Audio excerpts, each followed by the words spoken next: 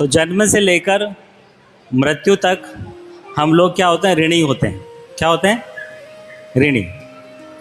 क्योंकि जब जन्म लेते हैं, जन्म लेने के बाद हमें चड्डी भी कौन पहनाता है, नहलाता भी कौन है?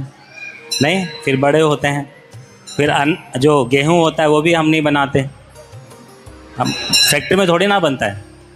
क्या करते हैं, कहीं से खरीद कर लेकर आते हैं, रोटियां बनाते हैं, खाते हैं, उसे शक्ति मिलती है, कार्य करता है, व्यक्ति कर्म करता है, घर को पालता है।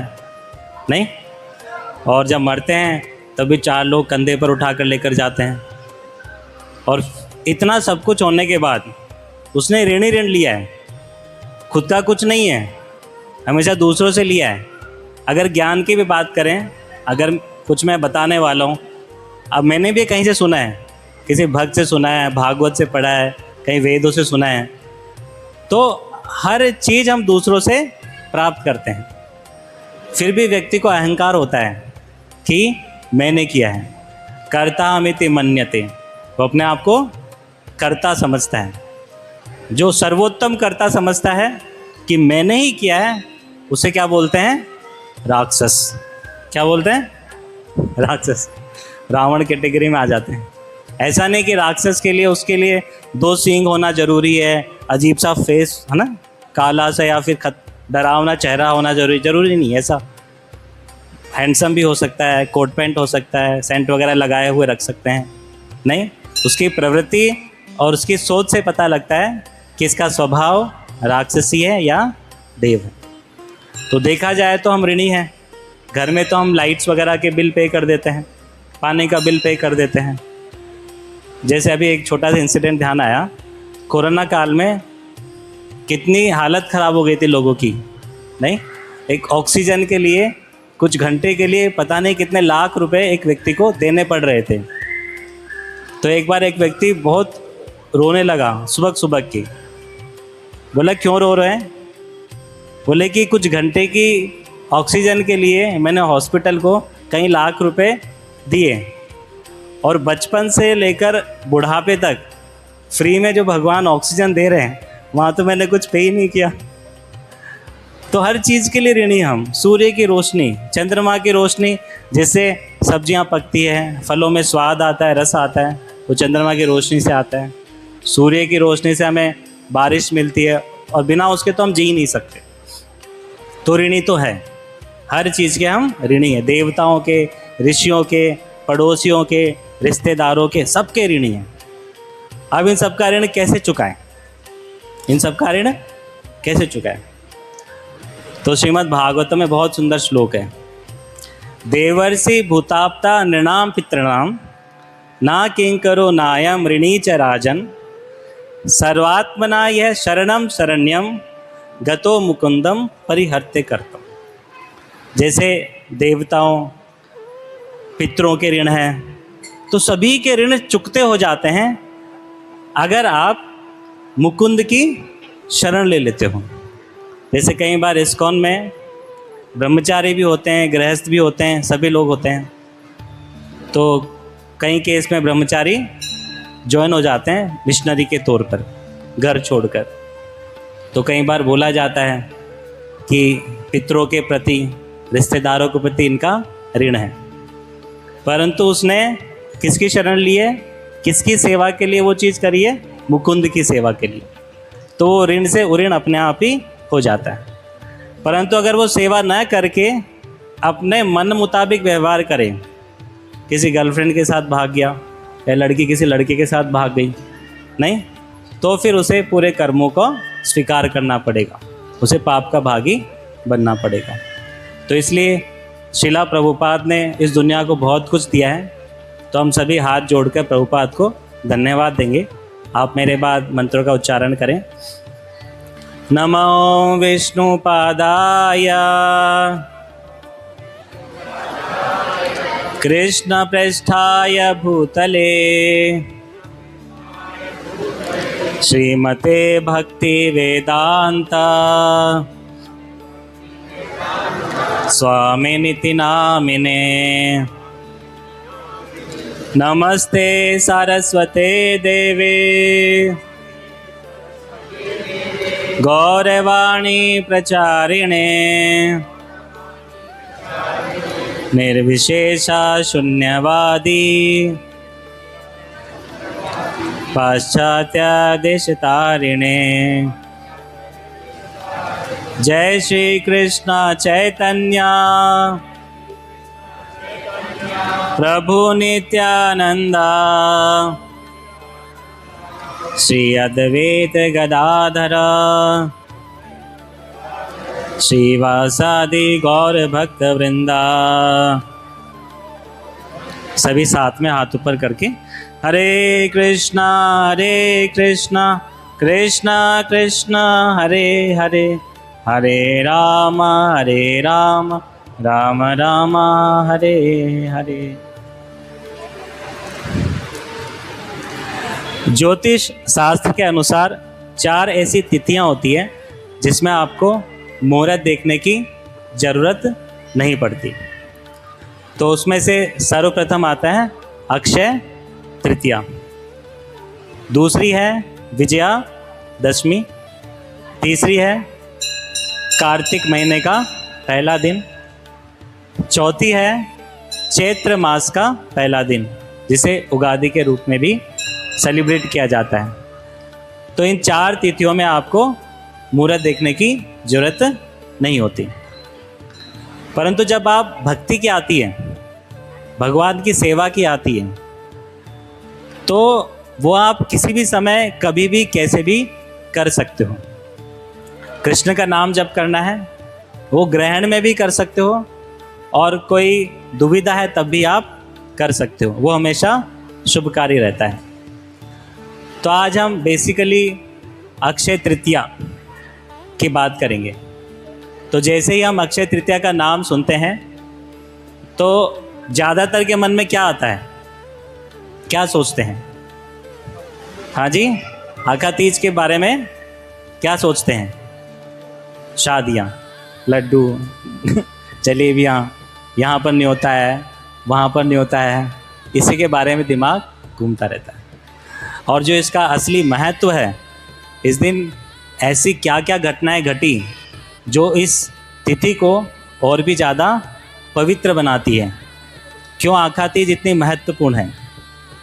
और बेसिकली देखा जाए तो जो सीनियर जो गुरुजन हैं, वैष्णव जन हैं, उन्होंने बोला है कि आखा तीज को आप विवाह संस्कार कर सकते हैं। विवाह क्या होता है? एक संस्कार है। परंतु अभी ये क्या बन के रह गया है? पार्टी। कोई धर्म पंडित किसी के परवाह नहीं है। पंडित जी थोड़ा सा पैसा ज़्यादा ले लीजिएगा, फेरे थोड़ा आप जल्दी करवा दो। और विवाह कैसे अच्छा दिखे, शोभाजी कैसे अच्छी दिखे, उसके लिए हम क्या क्या प्रयत्न कर सकते हैं, पूरे प्रयत्न करते हैं। जो संस्कार था वो असंस्कार हो गया है। जिस उद्देश्य के लिए विवाह किया जाता था वो उद्देश्य ही खत्म हो गया है। विवाह संस्कार में व्यक्ति गृहस्थ आश्रम में प्रवेश करता है। एक होता है गृहस्थ, एक होता है गृह मेधी। गृहस्थ आश्रम मतलब सेंटर में, मध्य में कौन है? भगवान है। अगर वो किसी स्त्री को अपने घर में लेकर आ रहा है तो वे सोच के लेके आ रहा है कि मैं ठाकुर जी की एक और सेविका लेकर आ रहा हूँ, भगवान की एक और सेविका लेके आ रहा हूँ। तो दोनों मिलके भगवत सेवा करेंगे, आत्मशुद्धि करेंगे, आध्यात्म प्रगति करेंगे और भगवत धाम जाएंगे। ये होता है गृहस्थ आश्रम। गृह मेधी जहाँ पर 2 लोग, स्त्री और पुरुष, आपस में मिलते हैं, घर में रहते हैं और उनका उद्देश्य होता है एक दूसरे की इंद्रिय तृप्ति करना, इंद्रिय भोग की वस्तुओं को ज़्यादा से ज़्यादा अर्जित करना। तो शास्त्र बोलते हैं धर्मेण हीना पशुभिः समाना। तो एक तरह से बिना किसी धर्म जाने, किसी उद्देश्य के वो साथ में आए, 5-10 लोग साथ में रह रहे हैं, तो वो पशुओं का परिवार हो गया। अब जहाँ पर 10-5 पशु एक साथ रहेंगे तो वहाँ पर शांति रहेगी? नहीं रहेगी ना। चकला बेलन ही चलेगा और तो क्या ही चलेगा। तो प्रेजेंट टाइम में आप सोचते हो ना कि इस घर में इतनी लड़ाइयाँ क्यों हो रही है, वहाँ पर ऐसा व्यवहार क्यों हो रहा है? उसका एक ही कारण है, क्योंकि वो गृहस्थ आश्रम से गृह मेधी लोग बन गए हैं। पशु प्रवृत्ति उनके अंदर आ गई है। महाभारत में और भागवतम में पहले से ही बता रखा था, 5000 साल पहले बता दिया था कि कलयुग जैसे जैसे आगे बढ़ेगा, विवाह केवल अनुबंध बन जाएगा, एक कॉन्ट्रैक्ट बन जाएगा, कुछ समय के लिए क्षणिक हो जाएगा। तो इसलिए बोलते हैं धर्म भागवत हमारे लिए बहुत ज़रूरी है, उसके बिना हम केवल द्विपाद पशु हैं। क्या है? द्विपाद पशु। आप गली मोहल्ले में देखते हैं 4 टांगों वाले पशु, हर गली में 2-3 कुत्तों का झुंड मिल जाएगा आपको। दूसरी गली का कुत्ता आएगा तो वो लोग क्या करेंगे? भौंकेंगे। आप उनको थोड़ा बुद्धि दे दो, थोड़ा और इंटेलिजेंसी दे दो, तो कुत्ता समाज भी IIT, मेडिकल, एम्स वगैरह खोल के बैठ जाएंगे, एक रिसर्च सेंटर भी खोल लेंगे। क्यों? ज़रूरत है ना। तोप के गोले लगा देंगे गली के आगे, कोई दूसरा कुत्ता नहीं आ जाए। एक वीज़ा डिपार्टमेंट लगा देंगे, तो दूसरा कुत्ता आ रहा है तो कितने दिन रहेगा। तो देखा जाए तो जो प्रेजेंट टाइम में है, जिस एडवांसमेंट में, जिस उन्नति पे हम लोग घमंड कर रहे हैं, इतना अपने आप को सोच रहे हैं कि हम बहुत एडवांस हो गए, ये क्या है? Technical advancement of animal civilisation. जो जानवरों की सभ्यता है उसका टेक्निकल एडवांसमेंट और कुछ नहीं है।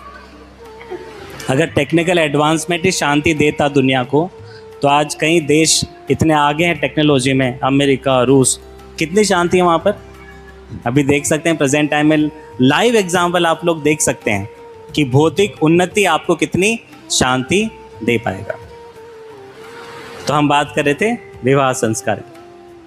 तो इसी उद्देश्य की पूर्ति के लिए कि संस्कार अच्छे हो, घर में प्रवेश धर्म के अनुसार हो, इसलिए अक्षय तृतीया के दिन ये चीज़ दी गई है। तो ये सभी के लिए मंगलकारी होता है। तो हम शुरू करते हैं पहली घटना से। अक्षय तृतीया के दिन सर्वप्रथम बहुत सुंदर घटना घटित हुई थी। वो क्या है? बोले गंगा मैया की। इक्ष्वाकु वंश में अंशुमान राजा हुए, फिर असमंजस आए, फिर भागीरथ जी के प्रयासों से गंगा मैया का अवतरण इस धरा पर हुआ। तो अक्षय तृतीया वो दिन है जब गंगा जी धरती को स्पर्श करती है और टच करती है। दूसरी चीज़, अक्षय तृतीया के दिन से जो गर्मियाँ होती है, ग्रीष्म ऋतु बढ़ जाती है। तो इसलिए अक्षय तृतीया क्या है? ऋतुओं का संधि काल है। तीसरी चीज़, अक्षय तृतीया के दिन एक बहुत ही सुंदर मिलन हुआ था। किस किस का? कृष्ण और सुदामा का। कृष्ण और सुदामा। किस किस को पता है ये कथा? अरे हे, मेरे देश की क्या हालत हो गई। इतनी महत्वपूर्ण घटना शॉर्ट में हम बताते हैं। सुदामा भगवान के मित्र थे, बहुत ही गरीब थे, ब्राह्मण परिवार में थे, झोपड़े में रहते थे। उन्हें कोई शिकायत नहीं थी भगवान से कि भगवान आज खाने को रोटी नहीं है, कोई दिक्कत नहीं, फिर भी भगवान आप मेरे पूजनीय हैं। हमारे घर में कोई किसी के मार्क्स कम आ जाए, नंबर कम आ जाए, हैं, मोबाइल का बिल अगर नहीं दे पाए, घर में कुछ कमी आ जाए, तुरंत सबसे पहले किसको दोष मारते हैं लोग बाग? कि भगवान मेरे साथ ऐसा क्यों किया। परंतु जो सुदामा थे वो इतने शुद्ध भक्त थे, कभी भी भगवान से भौतिक आकांक्षा नहीं करी। फिर किसी तरह पत्नी के कहने पर गए, भगवान के सामने मिले, उनसे बातचीत किए, पर कुछ मांगा नहीं। वो इसलिए गए थे कि इस बहाने मुझे भगवान के दर्शन हो जाएंगे। पत्नी ने तो बोला था कि आप मांग लेना, पर उन्होंने मांगा नहीं। तो जब वापसी आए तो देखा जहाँ झोंपड़ी थी वहाँ क्या बन गया? महल बन गया। क्योंकि भगवान को पता है कि सुदामा को अगर महल देंगे, अगर ऐश्वर्य और लक्ष्मी भी देंगे, तो उसमें ये फंसेगा नहीं। जब हम ठाकुर जी की सेवा में लगते हैं तो दो चीज़ें होती हैं हमारे साथ।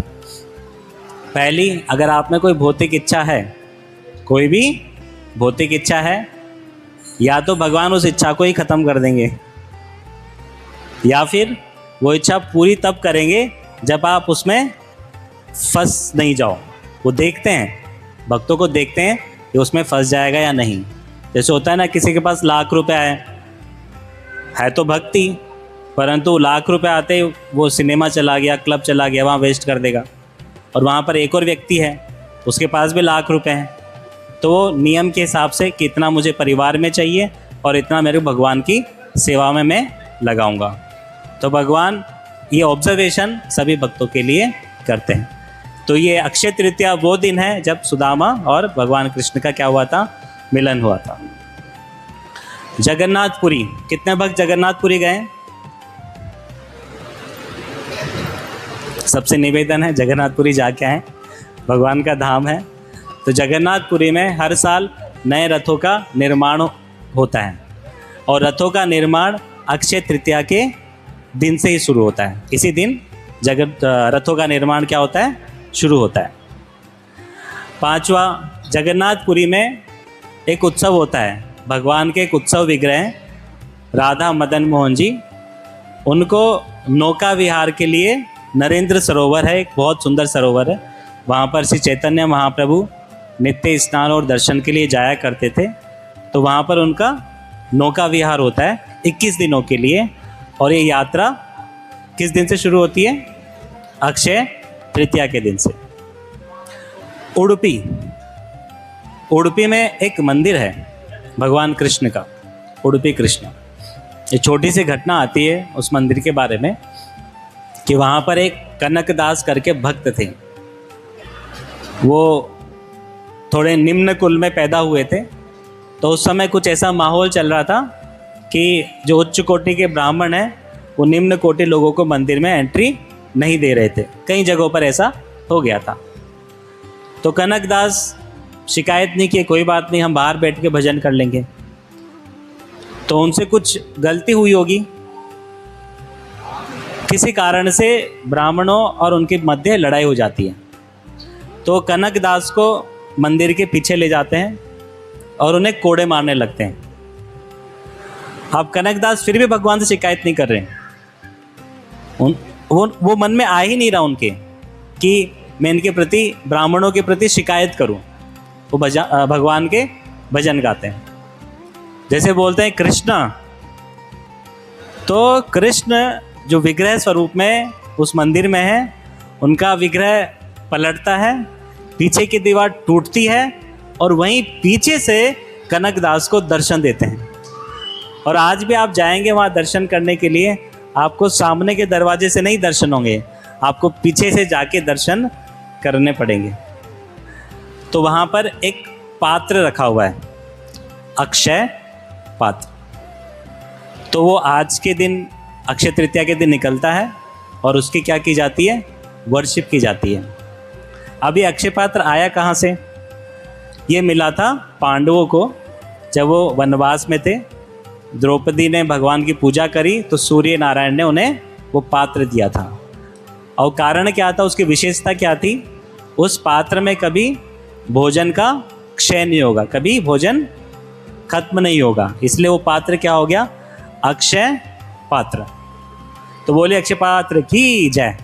तो प्रेजेंट टाइम में अक्षय पात्र कहाँ से लाएं? हरे कृष्णा कृष्णा कृष्णा हरे हरे, हरे राम राम राम हरे हरे। 8वां, कुंभकोणम में बहुत बड़े बड़े मंदिर है, 12 मंदिर है। तो अक्षय तृतीया के दिन वहाँ पर गरुड़ पूजा होती है, गरुड़ भगवान को पूजा जाता है बहुत ही भव्य और विशाल तरीके से।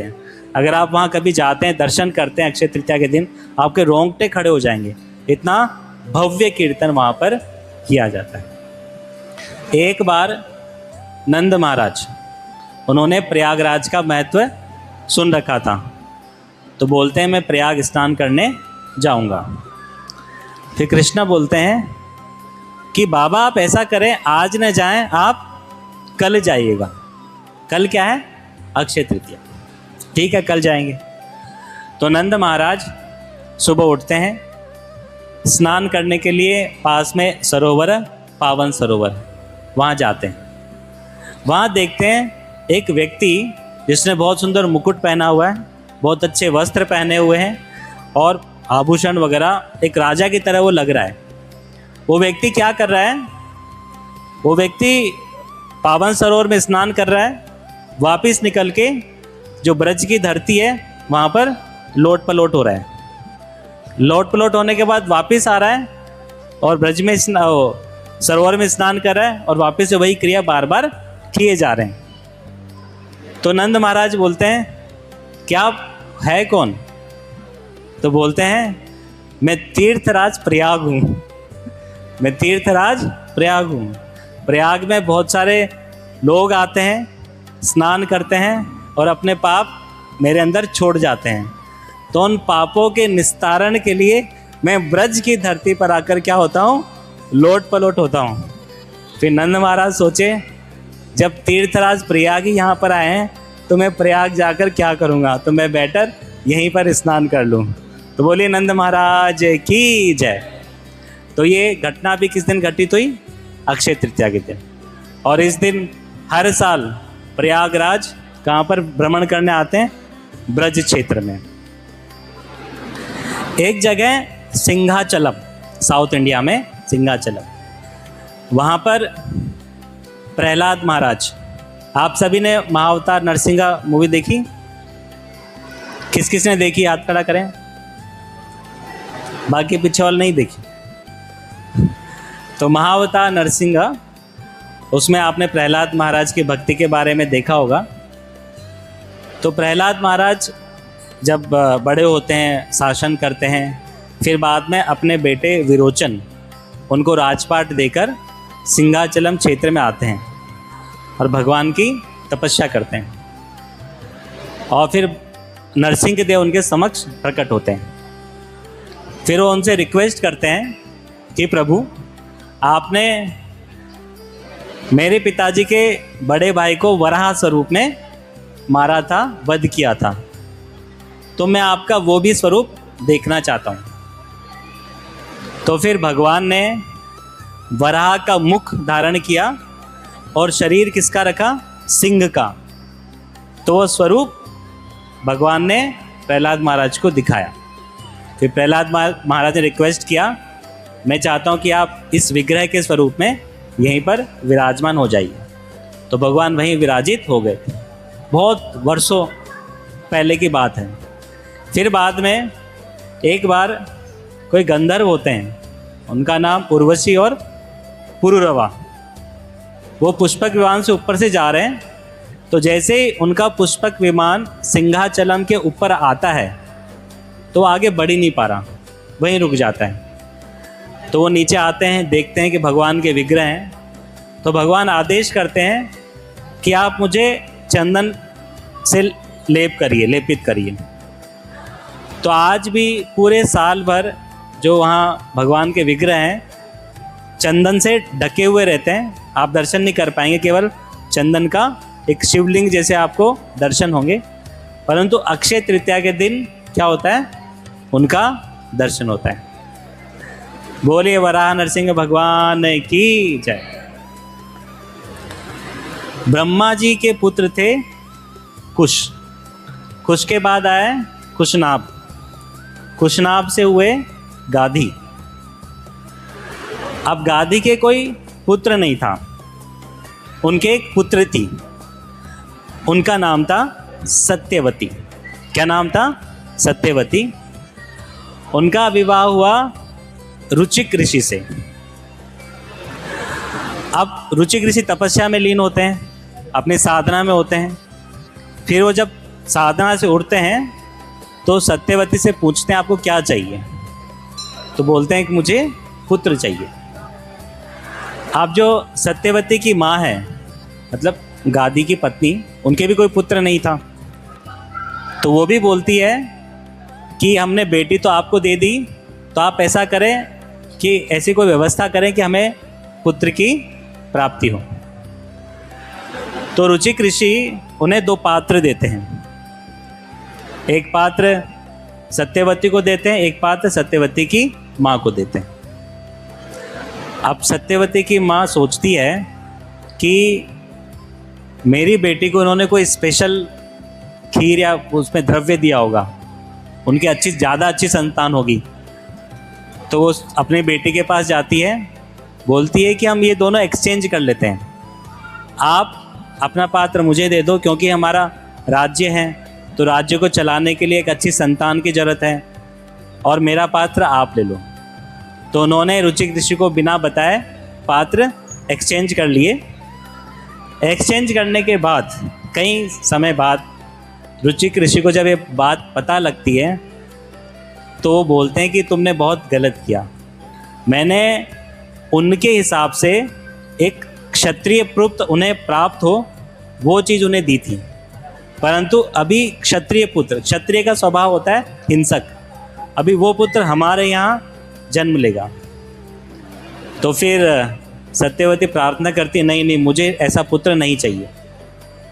तो फिर ऋषि बोलते हैं ठीक है, मैं इसको टाल तो नहीं सकता, परंतु इसको नेक्स्ट जनरेशन के लिए पोस्टपोन कर देता हूँ, अगली जनरेशन में तो ये होंगे ही। तो इस तरह से जो गाधी के पुत्र हुए वो हुए विश्वामित्र, और सत्यवती के जो पुत्र हुए वो हुए जामदग्नि। कौन हुए? जामदग्नि।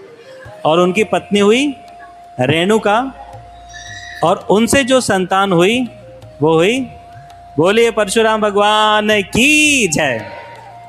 तो परशुराम जी का अवतरण भी अक्षय तृतीया के दिन हुआ था।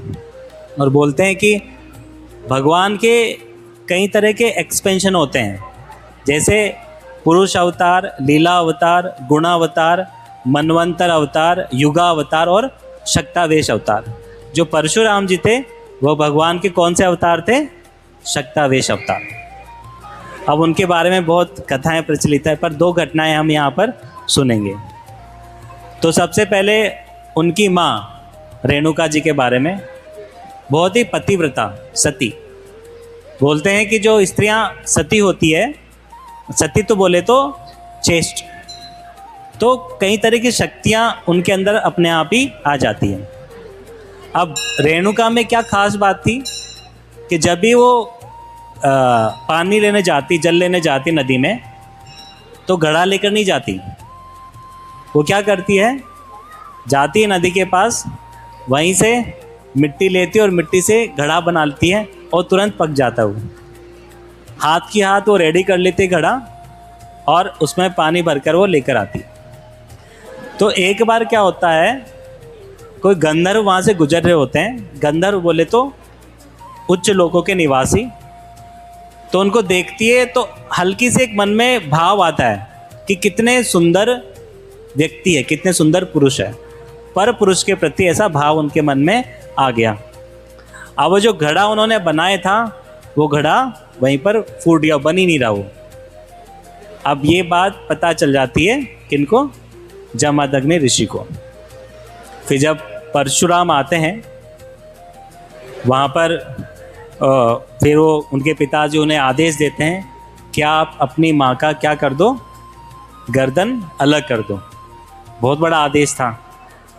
बाकी सब पुत्रों ने मना कर दिया, पर जैसे ही परशुराम जी ने सुना तो उन्होंने बिना कुछ सोचे वो कार्य कर दिया, क्योंकि उन्हें अपने पिता की क्षमताओं के बारे में पता था। जमदग्नि ऋषि बड़े प्रसन्न हुए, बोले क्या चाहिए, बोलिए। फिर वो परशुराम जी बोलते हैं कि जो माता है इनको वापस से आप जीवित कर दें। तो रेणुका जी को वापस से वो जीवित कर देते हैं। फिर बाद में कई वर्षों बाद एक और घटना घटित होती है, सहस्त्रा अर्जुन की। एक कार्तवीर सहस्त्र बाहु अर्जुन करके एक बहुत पराक्रमी पुरुष थे। वो इतने पराक्रमी थे, एक तो राक्षस प्रवृत्ति के थे वैसे तो, कि रावण को भी वो खाक में लेकर चल दिया करते थे। रावण भी उनके सामने कुछ नहीं था, इतने ताकतवर थे। तो किसी कारणवश कामधेनु गाय के सिलसिले में चर्चा हुई, डिस्कशन हुआ, तो उन्होंने जमदग्नि ऋषि का वध कर दिया। जब परशुराम जी वहाँ आए, आश्रम में आए, तो देखे कि माँ रेणुका छाती पीट पीट के रो रही है। वो 21 बार अपने छाती को पीटती है। कितनी बार? 21 बार। इसलिए परशुराम जी ने कितनी बार इस धरती को क्षत्रियों से विहीन किया? 21 बार। तो बहुत सारी महिमा है परशुराम जी की। तो जब भी हम इनके चरित्र को सुनते हैं तो हमें क्या करना है, इन्हें स्मरण करना है। क्या करना है? और स्मरण करने के बाद एक भाव हमारे अंदर प्रकट होगा कि मेरे प्रभु कितने महान हैं। अभी जैसे प्रेजेंट टाइम में कोई हीरो या हीरोइन होती है, कोई नेता होता है, वो जितने ज़्यादा कार्य करता है तो उसके प्रति आपके मन में श्रद्धा बढ़ती रहती है। आप सोचते हो कितना महान है और उसके प्रति क्या बढ़ता है? आकर्षण बढ़ता है। क्या बढ़ता है? आकर्षण। गीता में बोलते हैं यम यम वापि स्मरण भावम त्यजते अंते कलेवरम। जैसा भाव आपका देह त्यागते समय होता है वही शरीर आपको प्राप्त होता है। वही शरीर आपको देह त्यागते समय घर में किसी छिपकली कुत्ते बिल्ली का ध्यान आ गया तो कौन सा शरीर मिलेगा?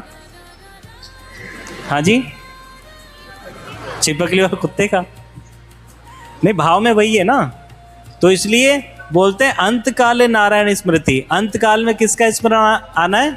नारायण का। आप दो दोस्त गए मुंबई 50 मंजिल के ऊपर, आजकल चल रहा है ना फैशन, रूफ टॉप रेस्टोरेंट करके, तो खाए पिए जूस वगैरह पी रहे थे। तो एक व्यक्ति ने, मतलब उसी के दोस्त ने उसको धक्का दे दिया नीचे, वो 50 मंजिल से नीचे गिर रहा है। तो क्या सोच रहा होगा? हाँ जी, नारायण नहीं, क्या सोच रहा होगा कि धक्का क्यों दिया उसने? नारायण तो याद नहीं आएगा। जब किसी को बीमारी होती है या फिर अटैक आ जाता है तो व्यक्ति क्या डॉक्टर को कोसते हैं, ट्रैफिक को कोसते हैं, कई चीज़ों को कोसते हैं, पर नारायण याद नहीं आता। नारायण तब याद आएगा जब नारायण के प्रति मेरा क्या हो? प्रेम हो। क्या हो? प्रेम। अभी हमारे अंदर क्या है नारायण के प्रति? क्या है? भूल गए। श्रद्धा। क्या है अभी?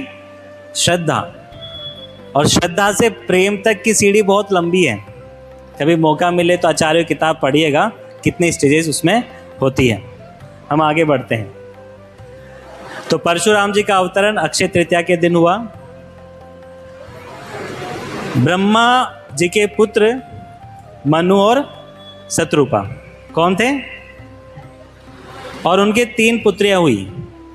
एक पुत्री थी आकुति, उनका विवाह हुआ रुचिर प्रजापति से। दूसरी पुत्री थी देवहूति, उनका विवाह हुआ कर्दम ऋषि से। और उनके 9 संतानें और एक पुत्र हुआ कपिल मुनि, भगवान के अवतार।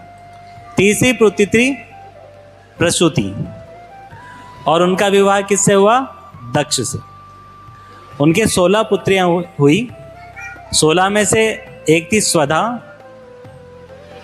उनका विवाह पितृ देवता से। सती का विवाह भगवान शिव से। स्वाहा का विवाह अग्नि से। और जो 13 पुत्रियां बची, बाकी 13 का विवाह धर्म से हुआ। और 13 में जो सबसे छोटी पुत्री थी मूर्ति, सबसे छोटी पुत्री थी मूर्ति, उससे अवतरण हुआ किनका? बोलिए नर नारायण भगवान की जय। तो अक्षय तृतीया वो दिन है जब नर नारायण भगवान की उत्पत्ति हुई। अब उनकी उत्पत्ति कई सारे कारण हैं। एक कारण था, एक सहस्त्र कवच असुर था, उसका विनाश करने के लिए। और वो असुर ही अगले जन्म में क्या बना? कर्ण बना। क्या बना?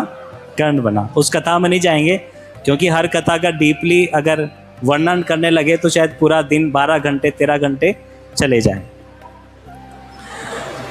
और इसी दिन बद्री का आश्रम के क्या खुलते हैं?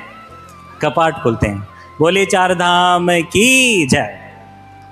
अब एक बहुत ही महत्वपूर्ण घटना आती है जो सभी वैष्णव भक्तों के लिए बहुत इम्पोर्टेंट है। माधवेंद्रपुरी पाद, श्रीमाद माधवेंद्रपुरी, उनके माध्यम से श्रीनाथ जी का प्राकट्य इस धरा पर हुआ। अब श्रीनाथ जी का प्राकट्य हुआ तो उन्होंने बहुत सारे घड़ों से उनको स्नान कराया। फिर श्रीनाथ जी बोलते हैं कि मुझे आप चंदन लगाइए। क्या लगाइए? चंदन। और उस समय चंदन फेमस था, मलाया हिल्स, जगन्नाथपुरी से रास्ता जाता है, उस एरिया का जो चंदन है आप लेकर आएँ, आप मुझे लगाएं। तो माधवेंद्रपुरी जाते हैं, उस समय वो भी काफ़ी वृद्ध थे। जब जाते हैं तो रास्ते में एक विग्रह आते हैं, गोपीनाथ जी। उड़ीसा में एक रमुना करके जगह है, वहाँ पर गोपीनाथ जी का विग्रह है। वो देखते हैं कि गोपीनाथ जी को कोई खीर का भोग लगाया जा रहा है, लगाने के लिए लेकर जा रहे हैं। तो उनके मन में विचार आया कि अगर ये मुझे चखने को मिल जाए, ये मुझे चखने को मिल जाए, तो मैं भी अपने श्रीनाथ जी को ऐसा भोग लगाऊंगा। तो जैसे ही पता लगा कि तो भोग लगा ही नहीं अभी तक, तो उनके मन में बहुत एक पाप का भाव आया कि मैंने तो गलत सोच लिया।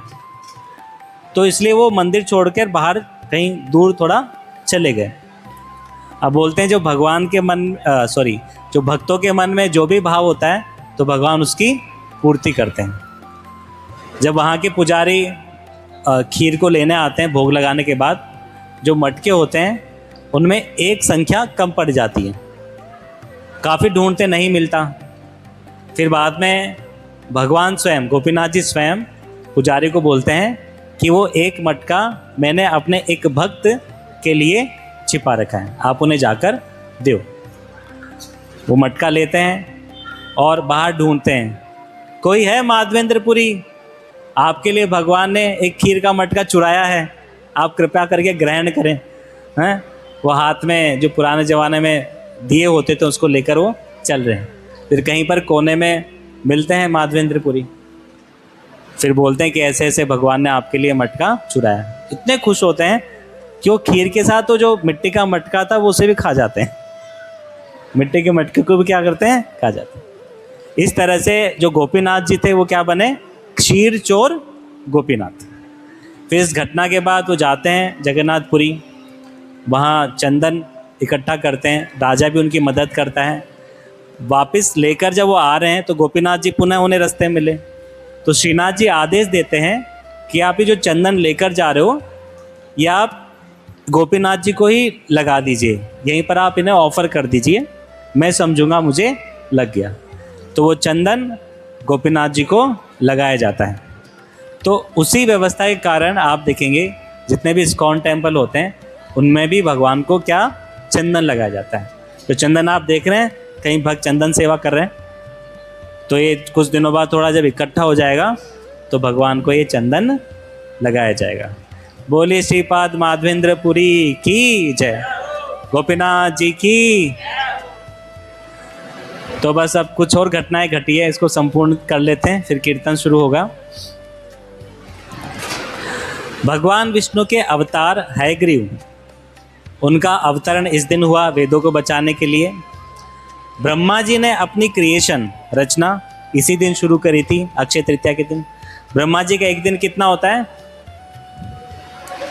हाँ जी,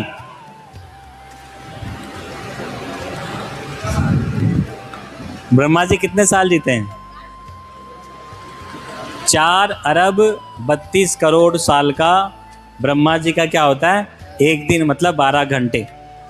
तो ऐसे ब्रह्मा जी 100 साल जीते हैं। इतनी ही रात होती है, फिर इतना ही अगला दिन, फिर अगली रात, तो ऐसे ब्रह्मा जी 100 साल जीते हैं। तो ब्रह्मा जी के 12 घंटे में 1000 त्रेता, 1000 द्वापर, 1000 सतयुग और 1000 कलयुग निकल जाते हैं। बोलते हैं कि हर द्वापर में भगवान का अवतरण नहीं होता। ऐसा नहीं कि जो हर द्वापर आ रहा है, हर चतुर्युग, इसे एक चतुर्युग साइकिल बोलते हैं, हर चतुर्युग में भगवान का अवतरण नहीं होता। बोलते हैं राम जी का जो अवतरण हुआ था वो 24वें चतुर्युग के त्रेता युग में, अभी चल रहा है 28वां चतुर्युग। और भाग्य हम सभी के लिए सबसे अच्छी बात क्या है, हम सभी भाग्यवान क्यों हैं? क्योंकि भगवान कृष्ण का जो अवतरण है, जिस जस्ट द्वापर गया है अभी 5500 साल पहले, इसमें भगवान कृष्ण का अवतरण हुआ था। तो उनकी हम लीलाओं को श्रवण कर पा रहे हैं। अब बोलिए, इतने विस्तार से हमारे वेदों में सब चीज़ें बता रखी हैं। बोलते हैं कि जो अगले जो इंद्र होंगे, अभी जो इंद्र है वो कौन है? पुरंदर। अगले जो इंद्र होंगे वो होंगे राजा बलि। तो हर मनवंतर में ये देवताओं का जो पद होता है ये क्या होता है, चेंज होता है। दूसरा देवताओं का ग्रुप आता है, कोई इंद्र बनता है, कोई चंद्र बनता है, कोई वरुण बनता है। फिर जो नेक्स्ट मनवंतर होगा उसमें कोई और आएगा। इतना विस्तार से वर्णन भागवतम में दे रखा है। तो ब्रह्मा जी ने क्रिएशन इसी दिन से शुरू करी।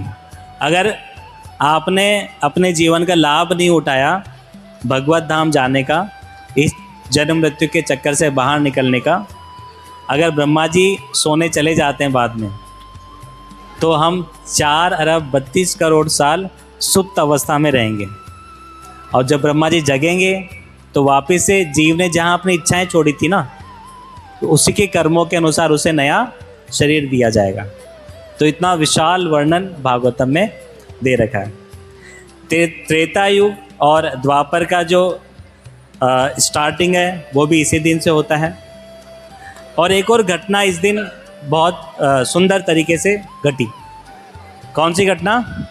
द्रौपदी जी की। बस 4 घटनाएं और बची हैं, 5 मिनट दो।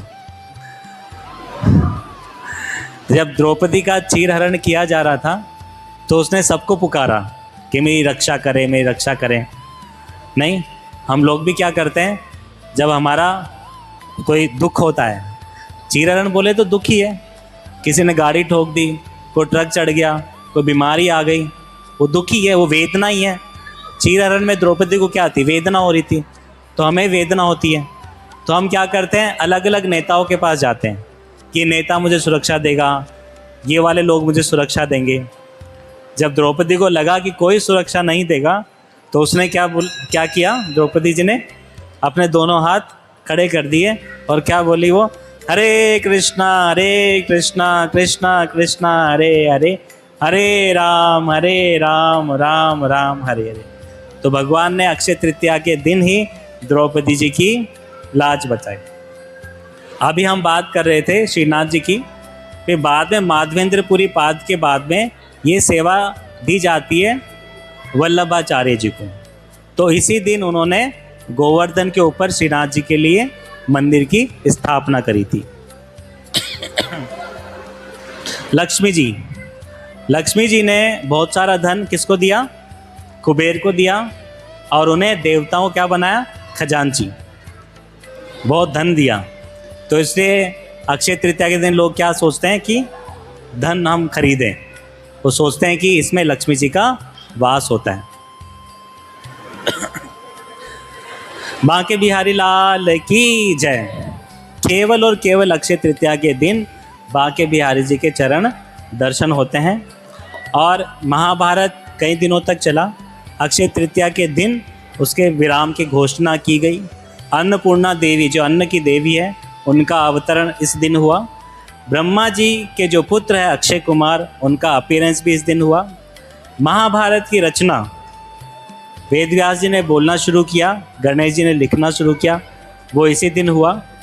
ऋषभ देव, भगवान के अवतार भगवान ऋषभ देव, उन्होंने 13 महीने व्रत किया, ना कुछ खाया ना कुछ पिया। इस दिन उन्होंने गन्ने का जूस पीकर अपने व्रत का पारण किया। और अंतिम और 27वें नंबर का जो डिस्कशन है वो है श्रीपाद आदि शंकराचार्य जी, उन्होंने कनक धारा स्तोत्र की रचना इसी दिन से शुरू करी। बोलिए अक्षय तृतीया की जय।